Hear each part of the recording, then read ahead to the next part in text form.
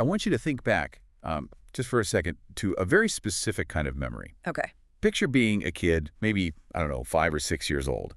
You're sitting cross-legged on one of those really scratchy classroom rugs, you know the ones. Oh, yeah, definitely. Right, and you're singing about Jack and Jill going up a hill, or maybe you're clapping your hands together while chanting about Humpty Dumpty. And, you probably look back on those moments as just like silly, completely harmless childhood play. Right. Right. Yeah, just a way to burn off energy. Exactly. Just a way for teachers to wrangle that endless kindergarten energy. But what if I told you that those simple little songs were actually highly advanced neurological programming tools? I mean, it almost sounds like a conspiracy theory when you frame it that way. It really does. But from a cognitive science perspective, it is remarkably accurate. We look at a child clapping and singing and we just see playtime. But underneath that very simple, playful surface, there is a massive amount of architectural scaffolding being built in the brain. Yeah, they are literally wiring their neural pathways for complex language, logic, and even motor skills. Well, welcome to today's deep dive. We are exploring a truly fascinating 2025 academic paper by Farheen Mahmood, which was published in the International Journal of Elementary Education. It's a great paper. It really is. And our mission today is to completely change the way you look at musical nursery rhymes. We're going to unpack the hidden cognitive power they hold, examine the rather surprising and frankly alarming reasons they are currently vanishing from our classrooms. Right. And we'll also look at the unexpected historical controversies hiding right there in the lyrics.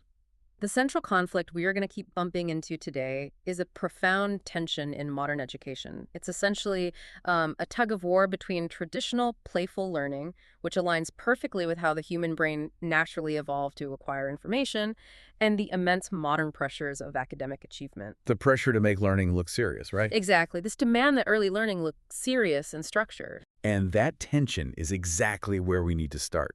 Because before we can get into the, mind-bending neuroscience of how these rhymes actually alter a child's brain, we really have to confront the reality that they are basically becoming an endangered species in the U.S. education system. Sadly, yes. Mahmood's paper points out a really sharp decline in the use of musical rhymes in kindergarten specifically. The educational landscape for 5-year-olds has just shifted drastically. Kindergarten teachers are operating under immense top-down pressure right now. Oh, absolutely. Over the last couple of decades, there has been a massive wave of academic reform, and it is inextricably tied to the standardized testing movement. Because funding and, school evaluations are tied to test scores, curriculums all the way down to the early years have become incredibly prescriptive. They're very rigid. Yeah, the paper notes that kindergartners are now spending their absolute maximum time on early numeracy and literacy.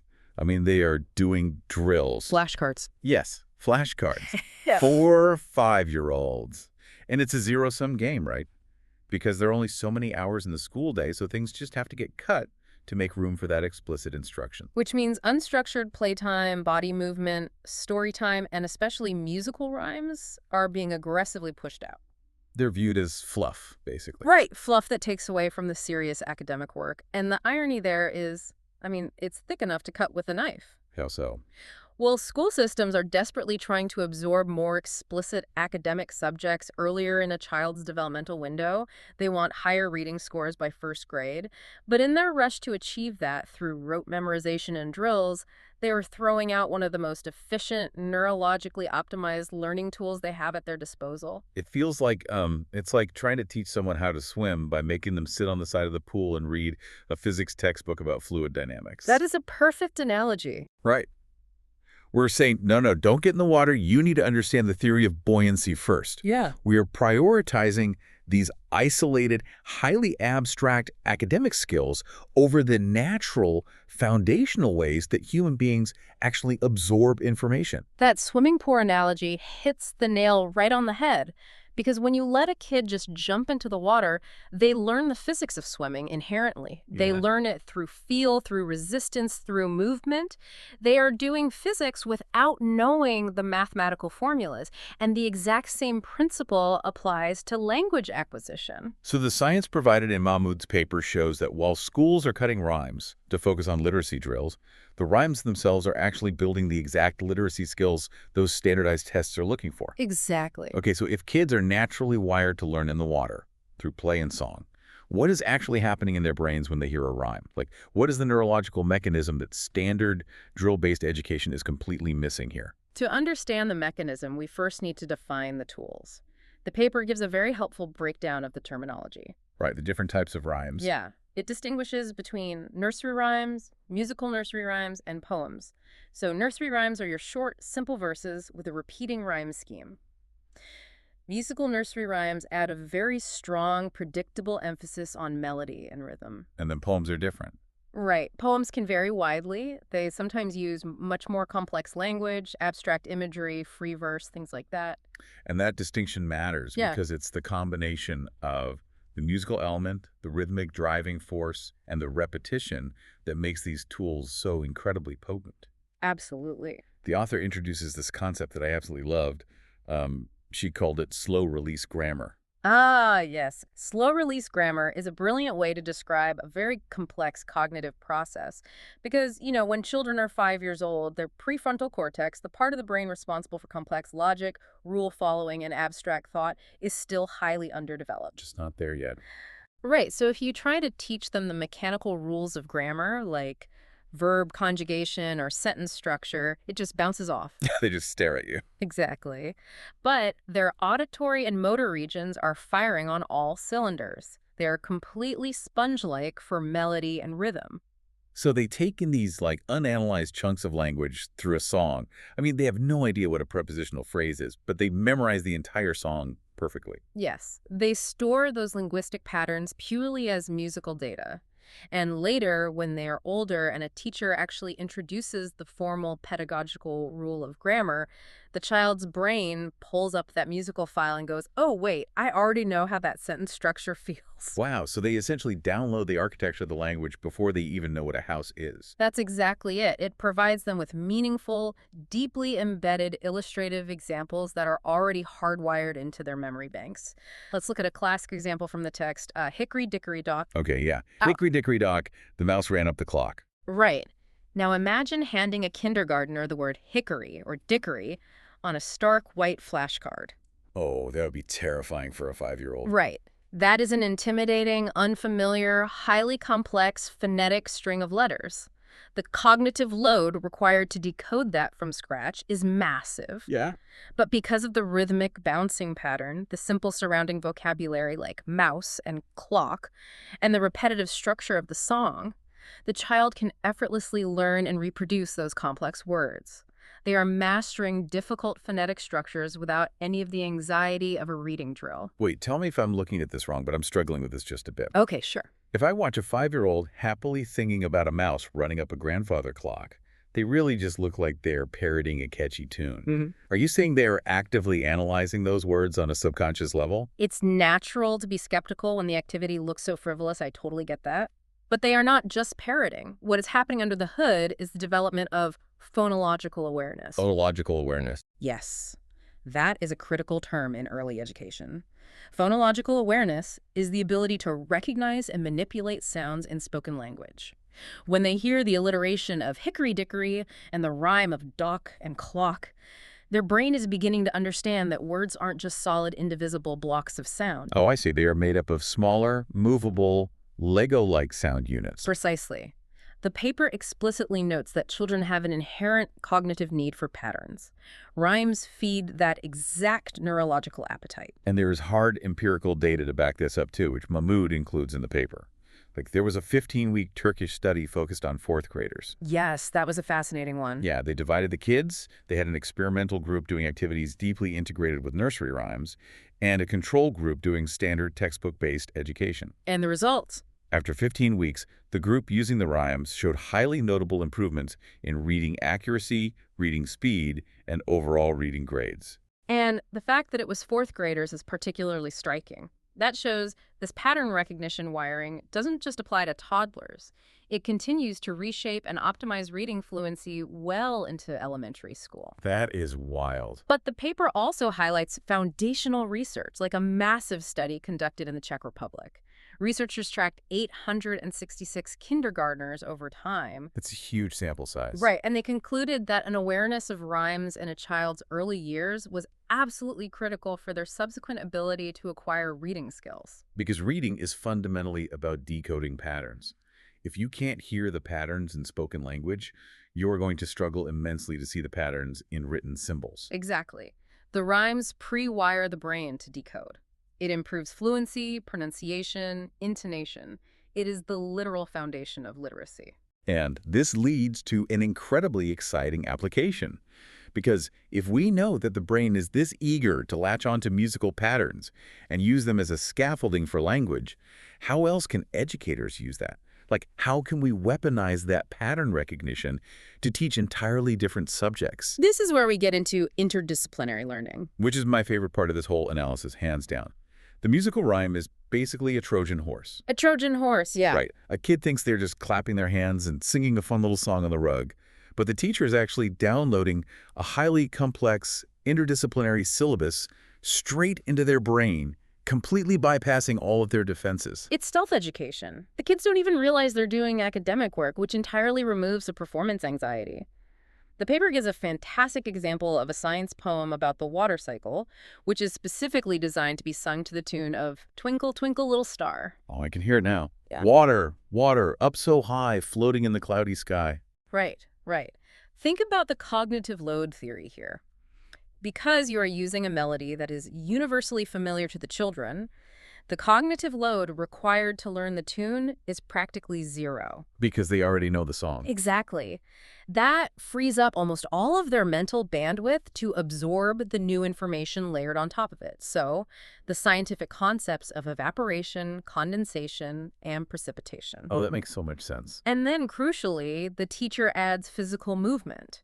The kids reach their arms up high for the clouds, and then they wiggle their fingers down to the floor for the rain. So you were simultaneously hitting auditory learning with the song, verbal repetition with the lyrics, abstract scientific concepts with the weather cycle, and gross motor skills with the physical reaching and wiggling. You are lighting up 4 different regions of the brain at the exact same time. That is incredible. It creates a perfectly holistic learning environment.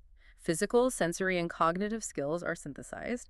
You see the same thing with a song, like, if you're happy and you know it, clap your hands. Sure, which seems incredibly basic. It seems basic, but that song is actively developing a child's sense of rhythm, their timing, their emotional expression, and their gross motor coordination, all while demanding they listen closely for the changing cues in each verse. Wow. And to prove just how engineered this all is, the paper brought in a classic study on the television show Sesame Street by researchers Wolf and Stambaugh.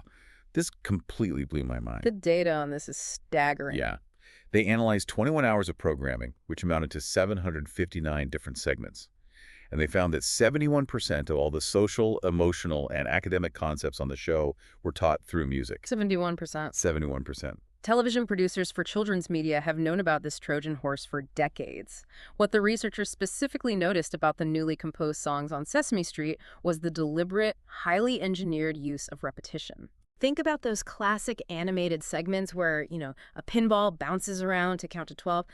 If the goal was just to briefly introduce a concept, they might only mention it once. But if the goal was to get a child to permanently remember a specific sequence of verbal information, like the alphabet or a number line musical repetition was heavily utilized to cement that sequence into the child's memory.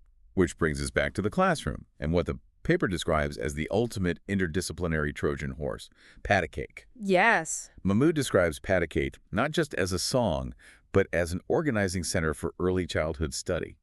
When you really break down everything happening in Pat a Cake, Baker's Man, it is staggering. First, you have sequencing. Right, the order of operations. Exactly. The cake has to be patted, then it has to be pricked, then it is marked with a B, and finally it is put in the oven. That is procedural logic. Then you have tempo and rhythm. Yeah. And then you have the physical coordination required to clap hands with a partner, which forces a child to practice eye contact, spatial awareness, and physical touch. So you are building complex social competence. And you were doing it while reinforcing the phonological awareness we talked about earlier with the repeating P and B sounds. It is quite literally a master class in human development packed into 4 short lines of text. It really is. But, and this is where the conversation has to pivot a bit. Right. If these rhymes are such incredibly powerful programming tools, if they were this Trojan horse that effortlessly bypasses a child's psychological defenses, Hmm. what happens when the code being downloaded into their brain is corrupted? Yeah. What happens when the underlying message of the song is outdated or even deeply harmful? That is the darker, more complicated side of this topic, and Mahmoud makes it a vital part of the analysis.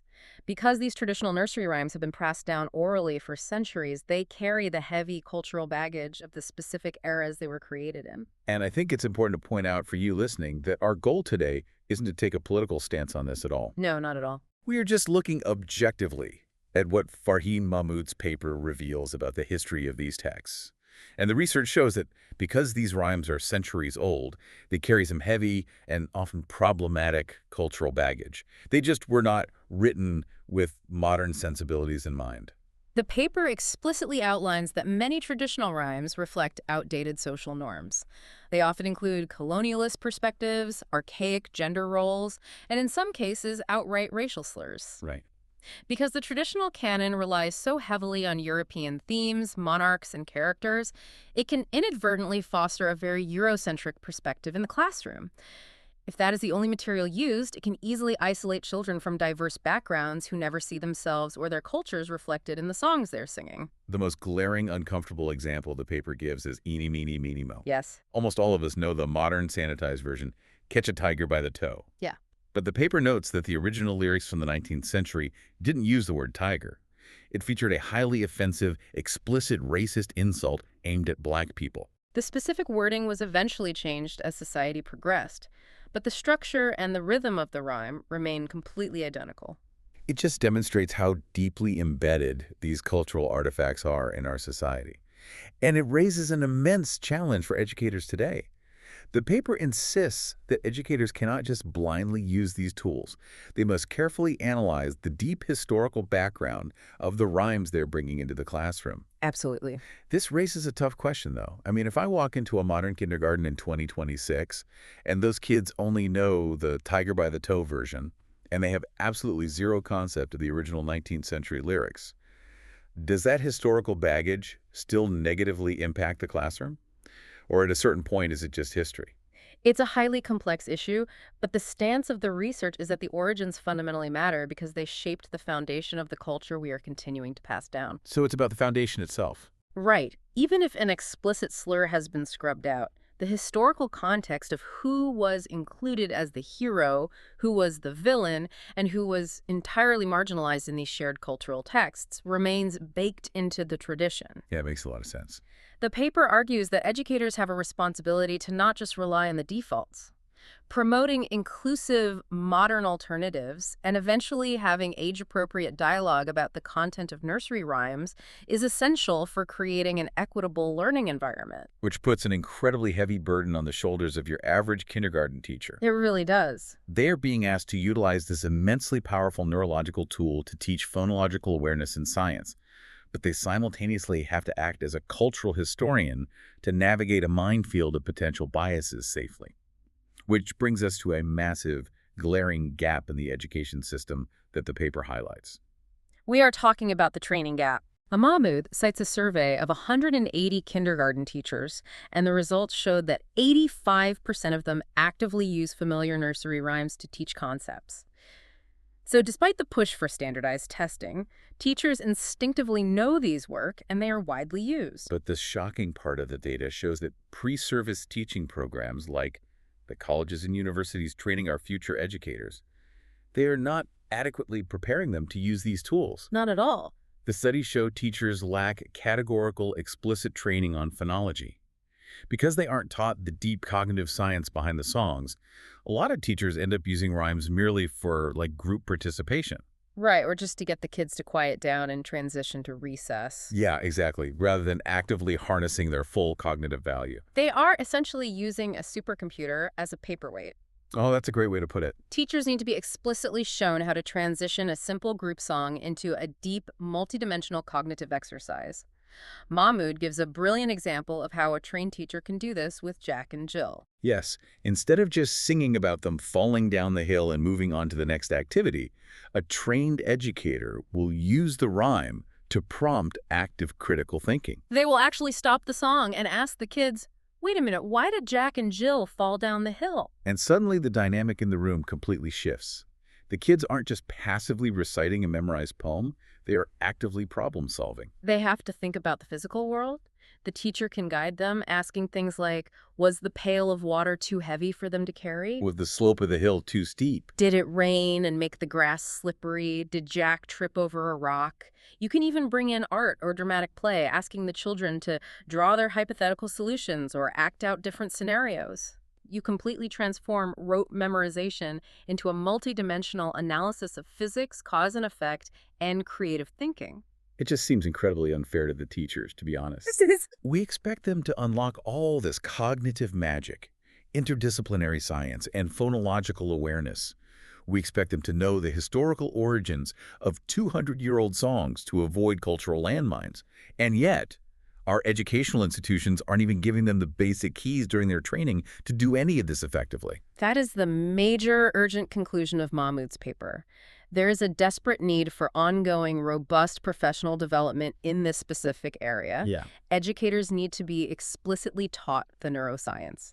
They need to be trained on how to intentionally curate diverse, effective, and bias-free rhymes, and how to deploy them to stimulate maximum brain development. Without that institutional support and training, we are leaving one of our very best, most natural educational resources just sitting on the table. So what does this all mean for us today? Let's take a step back and look at the entire journey we've been on. We started by looking at the tragic disappearance of these rhymes from classrooms, driven out by a misguided top-down push for rigid, standardized testing in early childhood. We unpacked the incredible hidden neuroscience behind them, how slow-release grammar and phonological awareness actually build the very literacy skills that schools are so desperate to improve.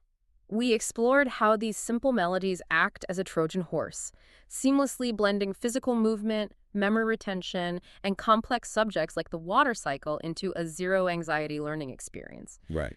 We faced the difficult reality of the dark history and cultural biases hiding in the origins of some of these traditional lyrics. And finally, we saw the vital, urgent need to actually train our educators to use these supercomputers safely and effectively. So the next time you are walking down the street and you see a little kid clapping along to a silly song on the sidewalk, or you catch yourself humming a nursery rhyme in the shower, I want you to look at it completely differently. You aren't just witnessing a cute throwaway childhood moment. You are witnessing a masterclass in early human development. You are watching cultural transmission, linguistic decoding, and cognitive architecture happening in real time. It profoundly changes how you view the simplicity of childhood play. It's not just play, it's the brain's most vital work. It absolutely is. But I want to leave you with one final provocative thought inspired by the source material today. Oh, I like where this is going. The paper touches on how education dynamics change drastically across generations. We've watched the shifts from baby boomers to millennials to Gen Z, and now to Gen Alpha, the kids born in the 2010s and 2020s. Think about Gen Alpha for a second. These are kids who are practically born holding glowing digital tablets in their hands. They are the ultimate digital natives. Yes. Their primary interface with the world is a screen. Precisely. So ponder this. With technology advancing the way it is, what will the nursery rhyme of the future actually look like? Will it still be a shared communal song sung together by 20 kids sitting on a classroom rug? Or will it be a hyper-personalized, algorithmically generated piece of TikTok audio? Exactly. Something explicitly designed by artificial intelligence to hijack their individual attention spans. And if the format of these songs changes that drastically, from a shared physical experience to an isolated digital one, how will that shift change the way the next generation's brains are fundamentally wired? Are we losing the communal Trojan horse of culture for something entirely different? That is a fascinating and, I have to admit, slightly terrifying question to consider. It changes the stakes entirely. Something to chew on while you're trying to get hickory-dickory-dock out of your head for the rest of the day. Thank you so much for joining us on this deep dive. We will catch you next time as we continue to explore the hidden layers, the quiet science, and the unexpected histories of the world around us.